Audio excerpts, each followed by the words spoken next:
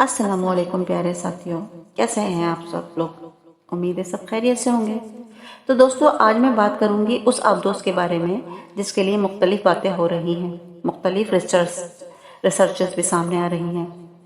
ایک طرف بات ہو رہی ہے کروڑوں روپے دے کے صرف ٹائٹینک دیکھنے گئے، وہ ٹائٹینک جس کے مالک نے دعویٰ کیا تھا کہ یہ اتنا مضبوط ہے کہ اسے خدا بھی تباہ نہیں کر سکتا، نعوذ باللہ۔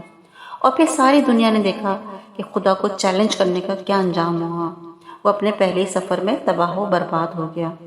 خیر، یہ بات تو تھی ٹائٹینک کی، اور یہاں ٹائٹینک کی تباہی کا نہیں بلکہ جو ابھی آبدوز تباہ ہوئی ہے اس کا ذکر ہو رہا ہے کہ اس ٹائٹن نامی آبدوز میں 3 مسافر، جس میں سے ایک پائلٹ اور ایک کمپنی کی طرف سے ایکسپرٹ سفر کر رہے تھے، اور 3 مسافر تھے جن میں سے 2 کا تعلق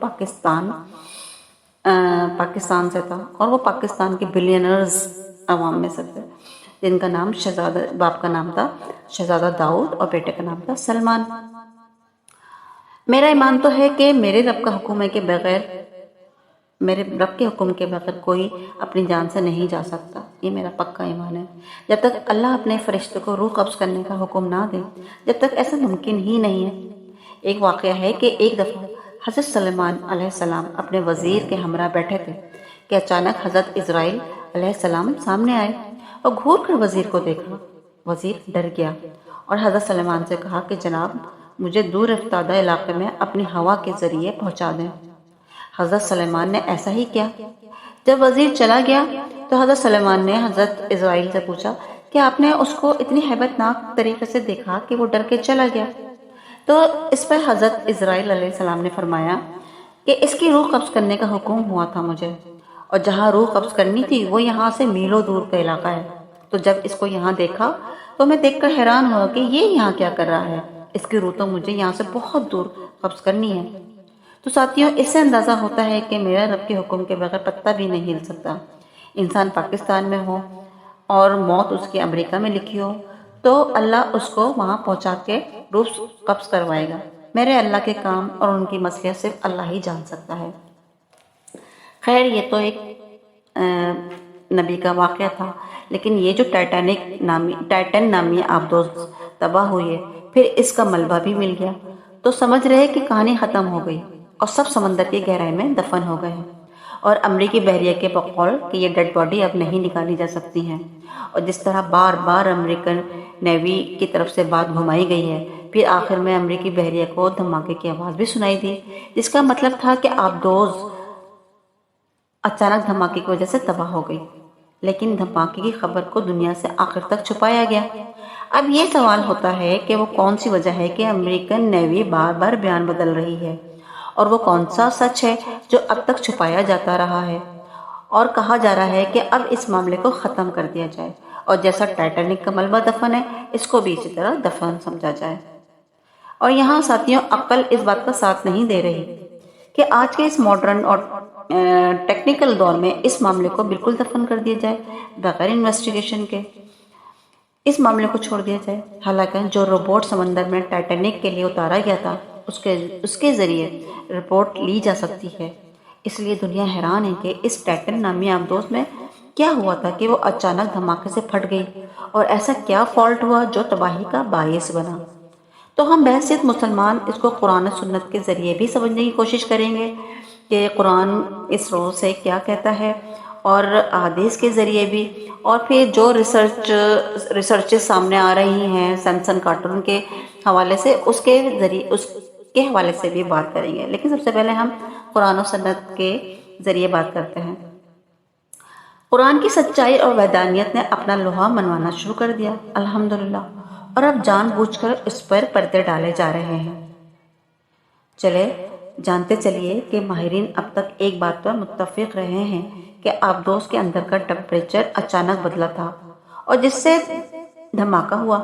اب سوال یہ ہے کہ آبدوز کو پانی کے اندر ایسی کیا صورتحال پیش آئی کہ اس کے ہیٹر اور کنڈینسر جو ہیں دونوں ہی کام کرنا چھوڑ دیا۔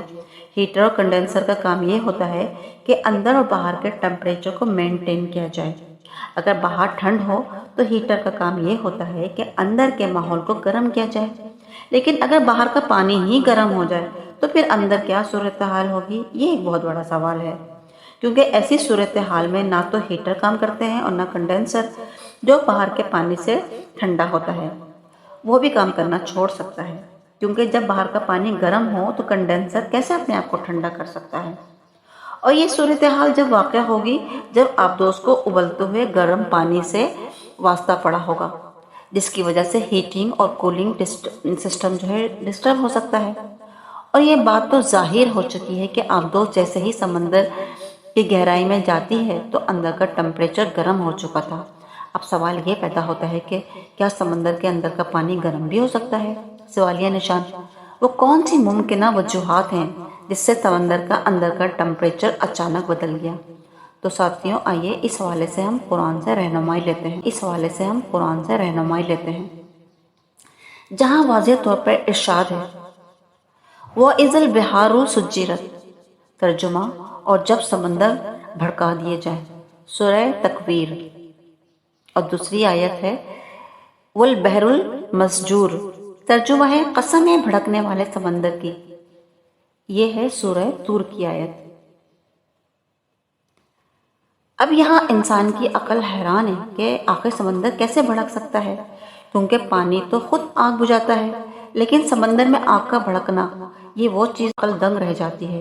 جبکہ کئی جگہ یہ روایت سے ثابت ہے کہ قرب قیامت سمندروں میں آگ لگ جائے گی، جس کا مطلب ہے سمندر کی گہرائیوں میں کوئی ایسی چیز تو ضرور ہے جس کی طرف قرآن میں اشارہ کیا جا رہا ہے۔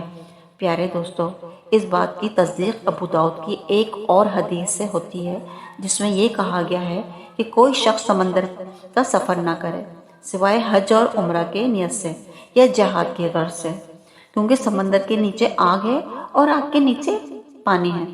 یعنی قرآن و حدیث سے یہ بات ثابت ہوتی ہے کہ سمندر جو ہمیں نظر آتا ہے اس کے نیچے آگ ہے، اور آگ کا مطلب یہ بھی تو ہو سکتا ہے کہ نیچے کچھ ایسی گرم گیسز موجود ہیں جو پانی کو گرم کر سکتی ہیں، اور وہاں سے جب گیسز اخراج ہوتا ہے گیسز کا تو ٹمپریچر گرم ہو جاتا ہے۔ یوں سمندر کی گہرائی میں پانی گرم بھی ہو سکتا ہے۔ جو مزید حقائق ہم آپ کو آگے بتائیں گے وہ مزید حیرتناک ہیں کہ قرآن کی ایک ایک آیت کس طرح اپنی سچائی کا لوہا منوا رہی ہے۔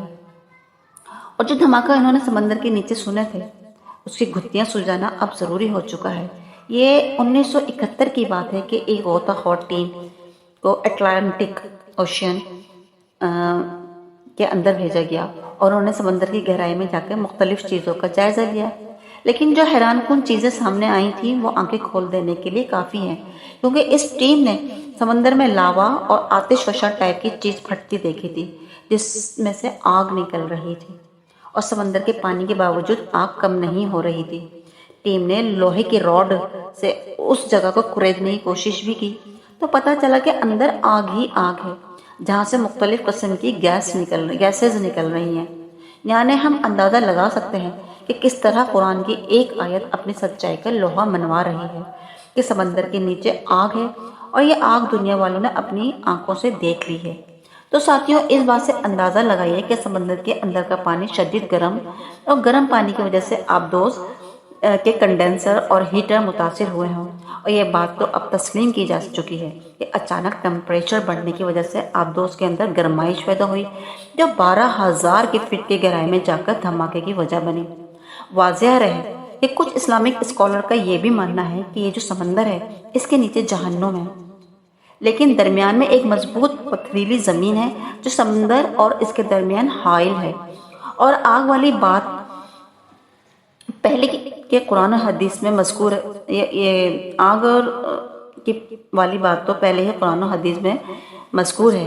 یہی وجہ ہے کہ اب اس امکان کو بھی دیکھنا چاہیے کہ وہ آبدوز جو سمندر کے لیول سے بھی نیچے آ چکی ہو، کیا اسے گرم گیسز یا آگ جیسی صورتحال کا سامنا کرنا پڑا ہوگا، اور اچانک ٹمپریچر بدلنے کی وجہ کیا ہو سکتی ہے۔